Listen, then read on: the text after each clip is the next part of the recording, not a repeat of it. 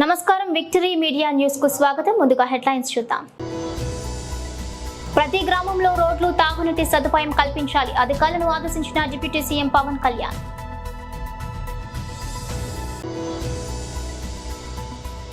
ప్రజా సమస్యలు తక్షణమే పరిష్కరించాలి. మంగళగిరి ప్రజా దర్బార్లో మంత్రి నారా లోకేష్.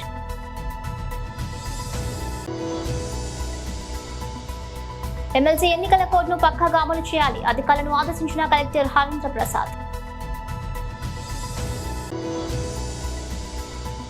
గృహాలు సమస్యలు పరిష్కరించాలంటూ విశాఖలో ఏఐఎస్ఎఫ్ నాయకులు వినూత్న నిరసన. ఇక డీటెయిల్స్ చూస్తే, రాష్ట్ర చరిత్రలో గతంలో ఎవరూ చేయనట్లు ఉపాధి హామీకి సంబంధించి 13,326 పంచాయతీల్లో గ్రామ సభలు నిర్వహించి తీర్మానాలు చేస్తున్నామని, ప్రతి గ్రామ పంచాయతీని బలోపేతం చేయడానికి కూటమి ప్రభుత్వం కృత నిశ్చయంతో ఉందని డిప్యూటీ సీఎం పవన్ కళ్యాణ్ అన్నారు. కలెక్టర్ల కాన్ఫరెన్స్ లో ఆయన మాట్లాడుతూ, ప్రతి గ్రామానికి సురక్షిత నీరు అందించేందుకు Jal Jeevan mission pulse survey చేస్తున్నామన్నారు. గ్రామీణ ప్రాంతాల్లో రోడ్ల మరమ్మతులతో పాటు గుంటూరు, కర్నూలు, పశ్చిమ గోదావరి జిల్లాలో అటవీ ప్రాంతాన్ని పెంచుతామని, అటవీ సంరక్షణ చర్యలు కూడా తీసుకుంటామన్నారు.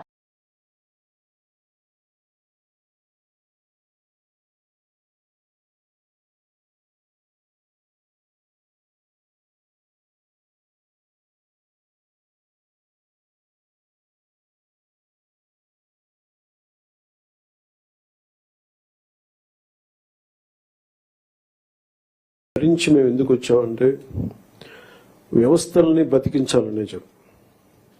గత ప్రభుత్వం కళ్ళ ముందే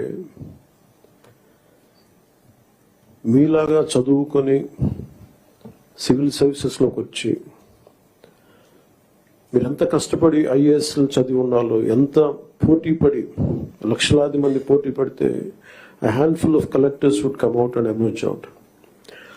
అలాంటి ఒక ఎమినెంట్ వ్యవస్థని, బలోపేతమైన వ్యవస్థని గత ప్రభుత్వం దాన్ని ఒక ఆటబొమ్మలా చేయడం మా అందరికీ చాలా బాధ కలిగించింది. మేమందరం కూడా దేనికి బయటకు వచ్చామంటే, ఈ వ్యవస్థని బలోపేతం చేయాలి, వ్యవస్థని బలహీనం చేస్తారని చెప్పి at the cost of our life దెబ్బలు తిని, ఒకవేళ మేము రాకపోయినా కానీ ప్రజాక్షేత్రంలో నిలబడి ఈ వ్యవస్థని బలోపేతం చేయాలి ఉద్దేశంతో ఇక్కడికి వచ్చాం. But God's grace and people's commitment, they saved the democracy, they brought us into power. మీకు ఎందుకు దృష్టిలో ఉన్నా చెప్తున్నాం అంటే, we are here to strengthen you, we are here to empower you, we are here to stand by you for good governance and accountable governance. ఇన్ని దశాబ్దాలుగా ఇప్పుడు ఆంధ్రప్రదేశ్, ఉమ్మడి ఆంధ్రప్రదేశ్ కానీ విభజిత ఆంధ్రప్రదేశ్ కానీ ఎప్పుడు ఇంత ఇబ్బంది పడలేదు. గత 5 ఏళ్లుగా ఆంధ్రప్రదేశ్లో పాలన ఎలా ఉందో చూశారు. గతంలో చాలా మంది నా సన్నిహితులు, సహచరులు కొంతమంది చెప్తా ఉన్నారు, ఇదివరకు ఆంధ్రప్రదేశ్లో పనిచేయాలి బ్యూరోక్రాట్స్ అని అనుకుంటే ఐఏఎస్లు కానీ ఐపీఎస్లు కానీ ఎనీ సర్వీసెస్ నుంచి పోటీ పడేవాళ్ళం. ఇదివరకు ఒక మోడల్ స్టేట్గా ఉండేది ఆంధ్రప్రదేశ్. ఇప్పుడు కూడా model state in the last 5 yearsలో. How not to be. ఒక రాష్ట్రం ఎలా ఉండకూడదో తెలియజేస్తుంది. ఒకప్పుడు ఒక రాష్ట్రం ఎలా ఉండాలో తెలియజెప్పింది, ఇప్పుడు ఒక రాష్ట్రం ఎలా ఉండకూడదో తెలియజెప్పిందని. So we want to bring back, to take it back to the old state of under the leadership of dynamic leadership of honourable CM Shri Chandrababu Naidu garu. ఆయన అనుభవం, ఆయన దిశానిర్దేశం ఈ రాష్ట్రానికి బలంగా మేలు చేస్తుందని మీ అందరికీ తెలుసు. మా అందరికీ సంపూర్ణ నమ్మకం ఉంది. నేను పంచాయతీరాజ్, రూరల్ డెవలప్మెంట్తో పాటు forest science and technology, environment శాఖలు కూడా తీసుకున్నాను. వీటిలో కొన్ని మీ సహాయ సహకారాలు కావాల్సినవి, మీరు ఏం కావాలని మేము ఆశిస్తున్నామని చెప్తాను.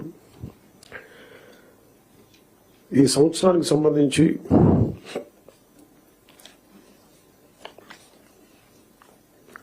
ఒకే రోజు రాష్ట్రం మొత్తం మీద ఇలాంటి ఎవరు చేయని విధంగా ఒక బృహత్తరమైన కార్యక్రమాన్ని చేపట్టబోతాం.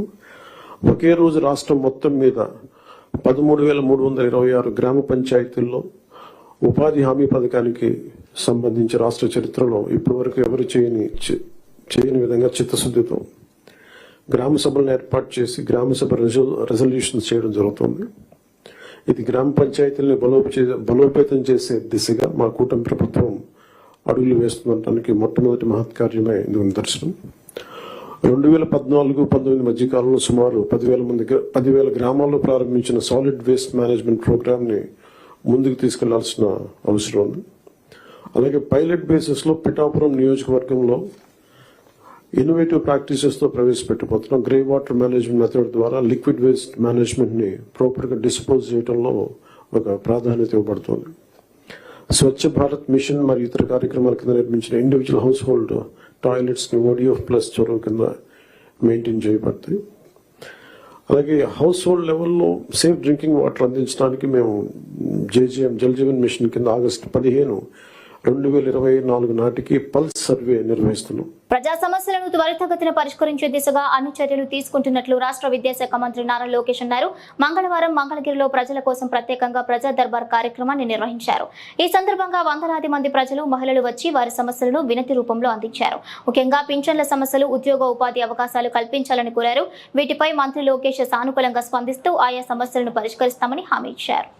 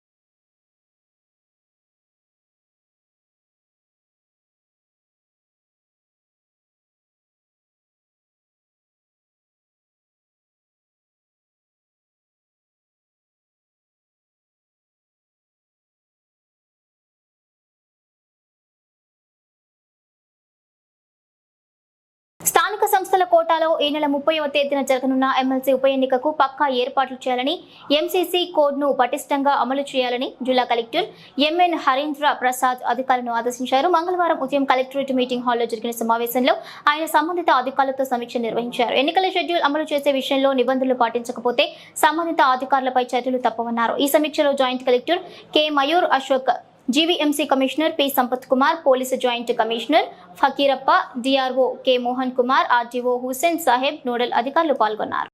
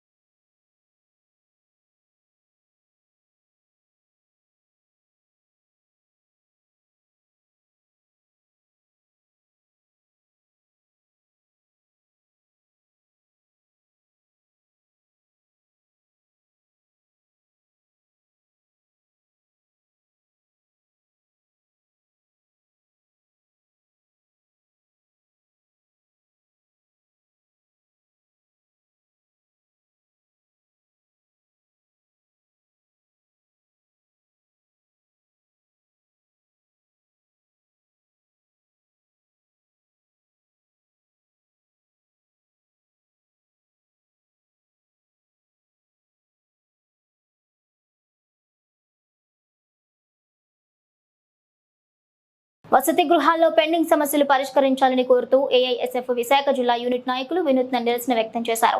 మంగళవారం జీబీఎంసీ గాంధీ విగ్రహం వద్ద ఏఐఎస్ఎఫ్ నాయకులు విద్యార్థులు కలిసి కూరగాయలతో ఆందోళన దిగారు. ఇక ఈ సందర్భంగానే జిల్లా కార్యదర్శి నాగరాజు మాట్లాడుతూ రాష్ట్ర ప్రభుత్వాలు విద్యార్థులకు మెరుగైన వసతి, పౌష్టికాహారం కల్పించడంలో పూర్తిగా విఫలం చెందుతున్నాయని ఆవేదన వ్యక్తం చేశారు. ప్రస్తుత ధరలకి అనుగుణంగా మెస్ ఛార్జీలు పెంచి పెండింగ్ లో ఉన్న కాస్మెటిక్స్ మెస్ ఛార్జీలు విడుదల చేయాలని డిమాండ్ చేశారు. అలాగే శాశ్వత భవనాలు కేటాయించాలన్నారు. పీజీ విద్యార్థులకు శాపంగా మారిన జీవో నెంబర్ 77ను రద్దు చేసి ఫీజు రీఎంబర్స్మెంట్ వచ్చే విధంగా చూడాలని వారు కోరారు. ప్రభుత్వ జూనియర్ కళాశాలలో చదువుకున్న విద్యార్థులకు మధ్యాహ్న భోజన పథకం అమలు చేసి విద్యార్థుల సమస్యలు పరిష్కరించాలని ఈ సందర్భంగా తెలిపారు. లేని పక్షంలో ఏఐఎస్ఎఫ్ ఆధ్వర్యంలో రాష్ట్ర వ్యాప్తంగా ఆందోళన ఉధృతం చేస్తామన్నారు. 20వ తారీఖు నుంచి 30వ తారీఖు వరకు జిల్లాలో ఉన్నటువంటి ఎస్సీ, ఎస్టీ, బీసీ, మైనారిటీ ప్రతి సంక్షేమ హాస్టల్లో కూడా విజిట్ చేయడం, పిల్లలతో నిద్రించడం, వారి యొక్క సమస్యలను తెలుసుకునే పరిస్థితి మేము చేయడం జరిగింది. అందులో భాగంగానే ఈరోజు రాష్ట్రం పిలుపు మేరకు ప్రతి జిల్లాలో కూడా ఈరోజు ఆందోళన కార్యక్రమం చేపట్టడం జరుగుతుంది. ప్రస్తుత ధరలకు అనుగుణంగా మెస్ ఛార్జీలు పెంచాలి. ఇప్పుడు ఇదే హత్యలు, మానభంగాలు, దొంగతనాలు చేసిన ఖైదీలకు అందరికీ కూడా దాదాపు రోజుకి 87 రూపాయలు పైచొప్పున ఇస్తూ ఉంది. కానీ ఈరోజు రాష్ట్రం యొక్క దేశ భవిష్యత్తు మార్చాలంటే విద్యార్థుల ముఖ్య అవసరం అని చెప్పేసి తెలియపడుతున్నటువంటి అనేకమైన నాయకులు అందరూ కూడా ఈరోజు విద్యార్థులు పక్కన పెట్టే పరిస్థితి కనబడుతుంది. ఈరోజు చదువుకుంటున్న ఎక్కడ దూర ప్రాంతాల నుంచి వచ్చి ఇక్కడ స్థానిక హాస్టల్లో చదువుకుంటున్న విద్యార్థులందరూ కూడా రోజుకి కేవలం 53 రూపాయలు ఇస్తూ ఉన్నారు. నెలకి 1600 ఇస్తూ ఉన్నారు. రోజుకి 53 రూపాయలు ఇస్తే ప్రస్తుత ధరలకి ఉన్నటువంటి సమయంలో విద్యార్థులు ఏ విధంగా పౌష్టికాహారం తినగలరని చెప్పేసి మేము ప్రధానంగా డిమాండ్ చేస్తున్నాం. తక్షణమే ప్రతి విద్యార్థినికి కూడా నెలకు 2500 ఇవ్వాల్సిందని చెప్పేసి ఏఎస్సీగా డిమాండ్ చేస్తాను. అలాగే పెండింగ్లో ఉన్నటువంటి కాస్మెటిక్ ఛార్జీలు కూడా రిలీజ్ చేయాలి. అలాగే ప్రతి హాస్టల్ కూడా శాశ్వత భవనాలు కేటాయించి ఇన్ఛార్జ్ వార్డులు లేకుండా పర్మనెంట్ వార్డుతో పాటు కుక్, వాచ్మెన్, కమాటీ పోస్టులు త్వరగా భర్తీ చేయాలని చెప్పేసి ఈరోజు ఆల్ ఇండియా స్టూడెంట్ ఫెడరేషన్ ప్రధానంగా డిమాండ్ చేస్తా ఉన్నాం. అలాగే జీవో నెంబర్ 77 తీసుకొచ్చి ఏదైతే ప్రైవేట్ కళాశాలలో ఉన్న పీజీ విద్యార్థులకి ఫీజు రీమెంట్ లేకుండా గత ప్రభుత్వం చేయడం జరిగింది. కానీ యోగాల బాధ్యతలు నారా లోకేష్ గారు ఆల్ ఇండియా స్టూడెంట్ ఫెడరేషన్ విద్యార్థి నాయకులతో చెప్పడం జరిగింది. ఏదైతే పేద మెడికల్ విద్యార్థులు ఉన్నారో వాళ్ళకి సంబంధించి జీవో నెంబర్ 107, 108 అలాగే పీజీ ప్రైవేట్ విద్యార్థులకు సంబంధించి జీవో నెంబర్ 77 కూడా రద్దు చేస్తామని చెప్పడం జరిగింది. కానీ ఇప్పుడు వచ్చి దాని గురించి స్పందించే పరిస్థితి ఎక్కడ కనపట్లేదు. తక్షణమే ఈరోజు మా ఆందోళన మీరు పరిగణలో తీసుకొని ప్రస్తుత ధరలకు అనుగుణ మెస్ ఛార్జీలు పెంచాలి, ప్రతి విద్యార్థికి కాస్మెటిక్ ఛార్జీ రిలీజ్ చేయాలి, అలాగే జీవో నెంబర్ 77, 107, 108 రద్దు చేయాలని చెప్పేసి ఈరోజు ఏఎస్ఎఫ్గా ఆందోళన చేస్తా ఉన్నాం. లేడీ పక్షంలో భవిష్యత్తులో భారీ ఎత్తున ఆందోళన కార్యక్రమం శ్రీకారం చుడతామని చెప్పేసి ఈ విధంగా హెచ్చరిక జారీ చేస్తూ ఉన్నాం. గత వైసీపీ ప్రభుత్వం హయాంలో ఏర్పాటు చేసిన ఏపీ రజక కార్పొరేషన్ను యథావిధిగానే ఉంచాలని, ఎట్టి పరిస్థితుల్లోనూ ఎంబీసీలో కలపవద్దని రాష్ట్ర రజక కార్పొరేషన్ మాజీ చైర్మన్ రాజమండ్రి నారాయణ డిమాండ్ చేశారు. మంగళవారం విశాఖ ప్రెస్ క్లబ్లో ఏపీ నాయి బ్రాహ్మణ సేవా సంఘం ఏర్పాటు చేసిన మీడియా సమావేశంలో ఆయన మాట్లాడుతూ ఇప్పటికీ కనీస గుర్తింపు లేకుండా సామాజికంగా, ఆర్థికంగా, రాజకీయ పరంగా అన్ని విధాలుగా నష్టపోతున్న రజకులకు కనీసం ఈ కార్పొరేషన్ అయినా ఉంచి తమకు రాజకీయ ప్రాధాన్యత కల్పించాలని ఆయన కూటమి ప్రభుత్వాన్ని కోరారు. అదేవిధంగా పెండింగ్ లో ఉన్న పలు సమస్యలు కూడా పరిష్కరించాలని కోరారు. పల్లి రమణ ఈ ప్రెస్ మీట్ ఏర్పాటు చేయడం జరిగింది. దయించి చేయాలని చెప్పేసి మిక్కిలి వినయపూర్వకంగా మేము అందరినీ కోరుతున్నాను. సార్ మాట్లాడు జగన్, మాట్లాడు, నువ్వేం మాట్లాడాలి మాట్లాడు.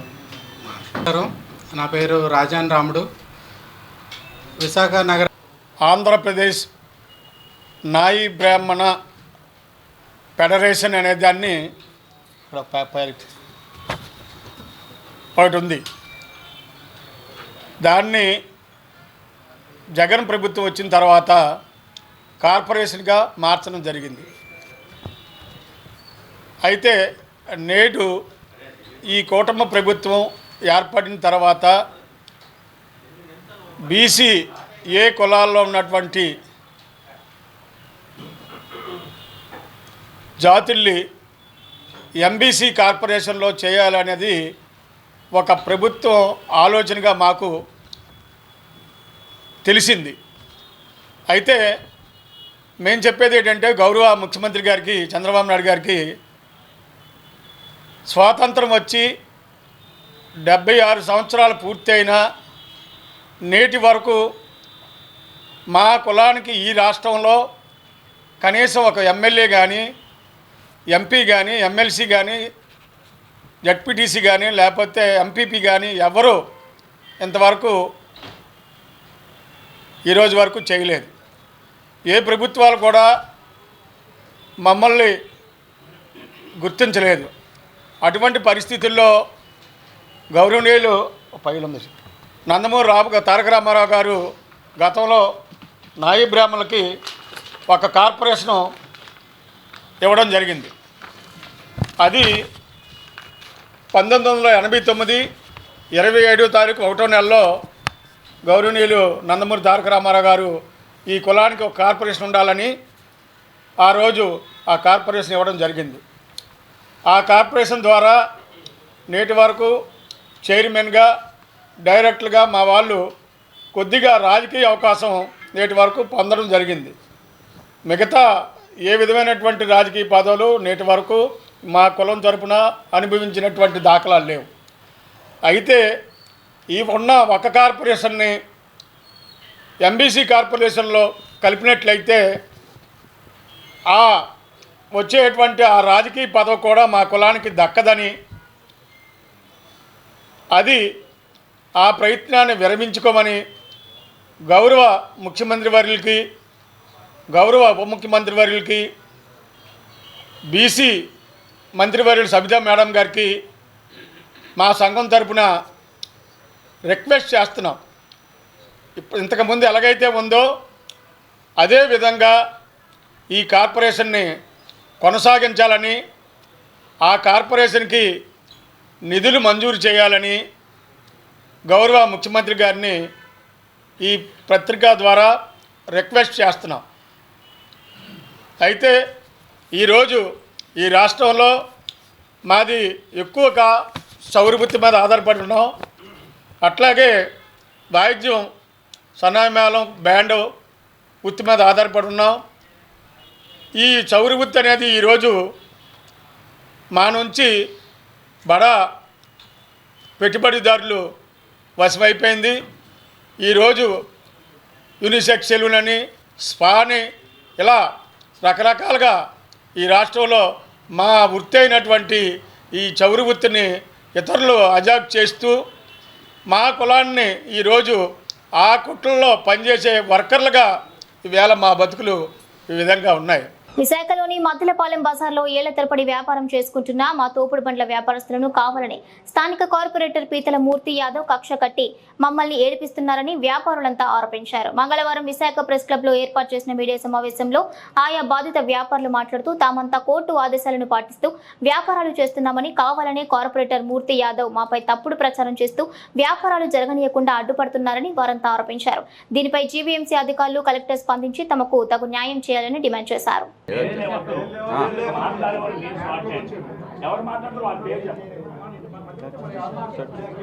చెయ్యో నేను కలుపుతా. నా పేరు నిషా అండి.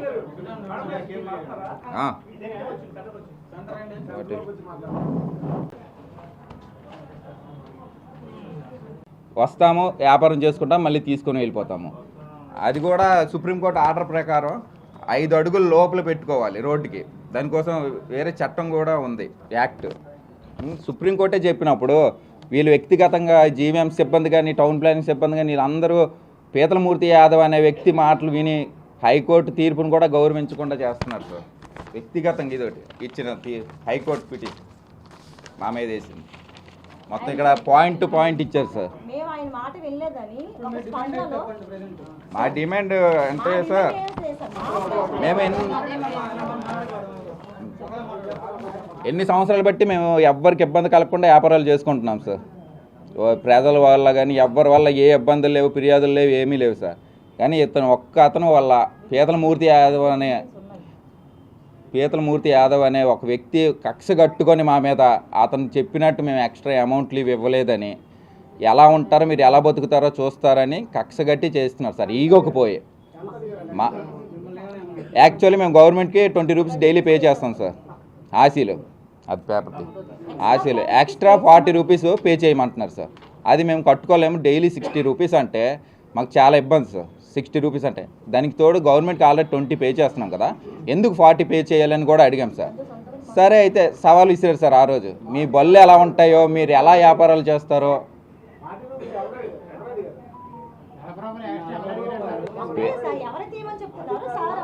అతను పేరు చెప్పుకొని వచ్చి ఇలాగా ఇవ్వాలి ఇదంతానే అడిగారు సార్.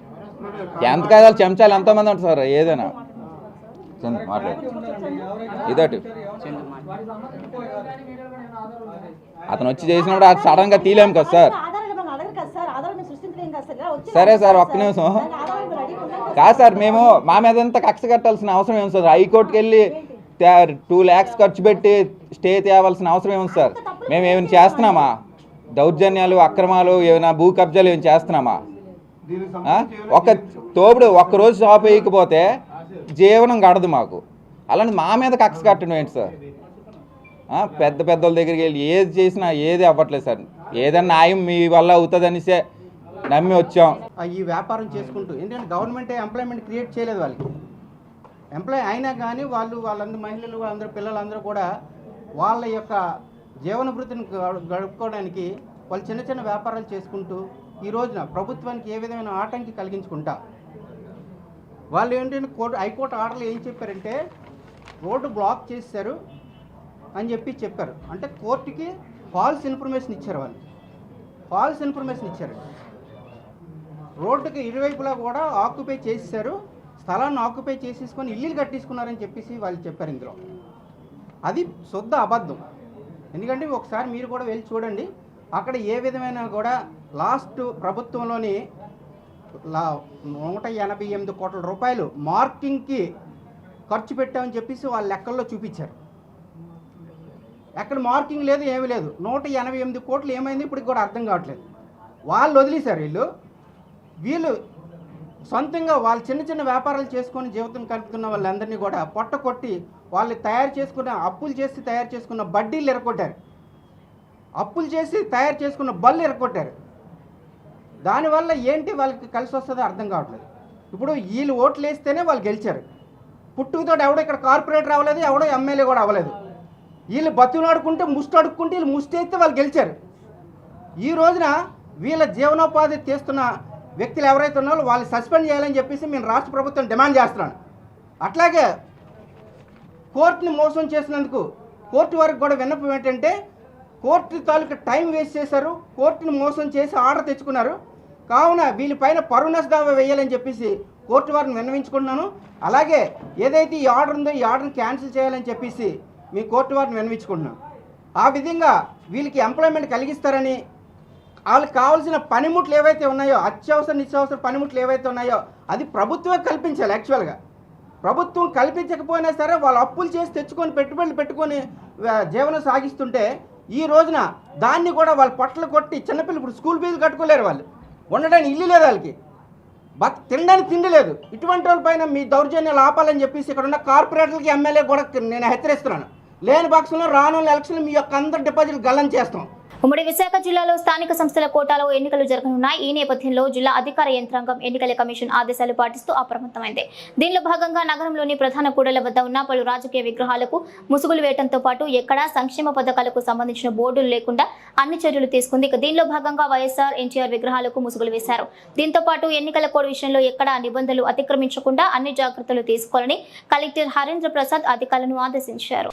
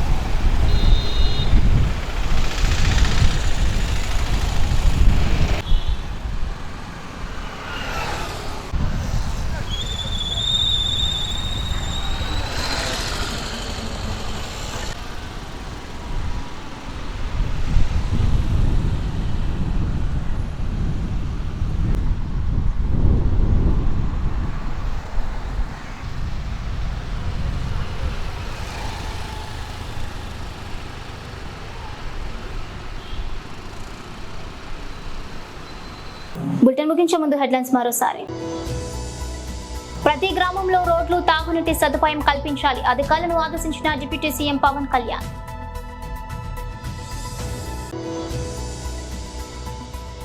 ప్రజా సమస్యలు తక్షణమే పరిష్కరించాలి. మంగళగిరి ప్రజా దర్బార్లో మంత్రి నారా లోకేష్.